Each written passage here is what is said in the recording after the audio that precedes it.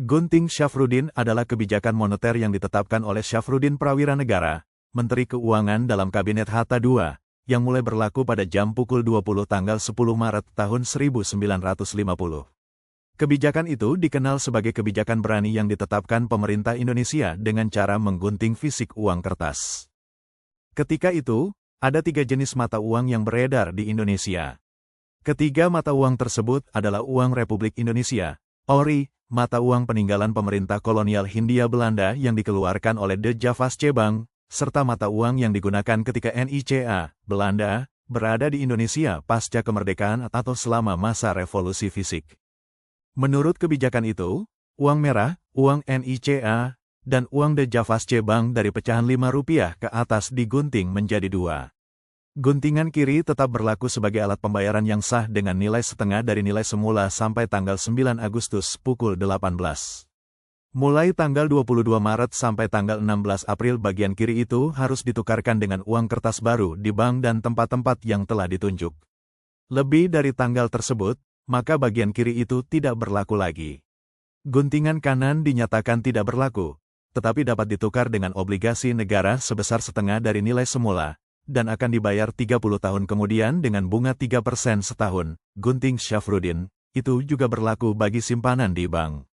Pecahan Rp2,50 ke bawah tidak mengalami pengguntingan, demikian pula uang ORI, uang Republik Indonesia.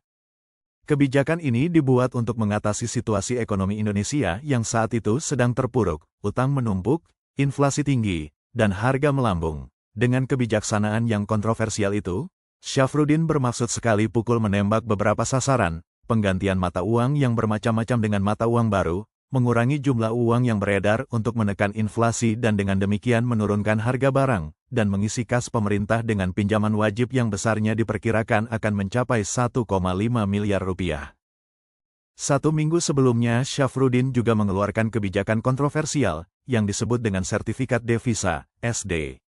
Kebijaksanaan ini bermaksud mendorong ekspor dan sebaliknya menekan impor. Berdasarkan kebijaksanaan tersebut, selain mendapatkan uang sebanyak harga barangnya, setiap eksportir juga memperoleh SD sebesar 50% dari harga ekspornya. Sebaliknya, orang yang hendak impor harus membeli sertifikat devisa senilai harga barang yang hendak diimpor. Jadi, selain menyediakan uang senilai harga barang yang akan dibeli, setiap importir harus membeli sertifikat devisa dengan kurs yang ditetapkan pemerintah. Sebagai permulaan, pemerintah menetapkan kursnya 200%. Artinya, kalau orang akan membeli SD sebesar Rp10.000, dia harus membayar Rp20.000. Kurs itu akan naik turun sesuai dengan perkembangan pasar. Dengan demikian, tanpa mengubah kurs resmi, kurs efektif bagi penghasil devisa adalah 200% kurs resmi. Sedangkan bagi para pemakai devisa adalah 300% dari kurs resmi. Selisih ini masuk ke dalam kas pemerintah.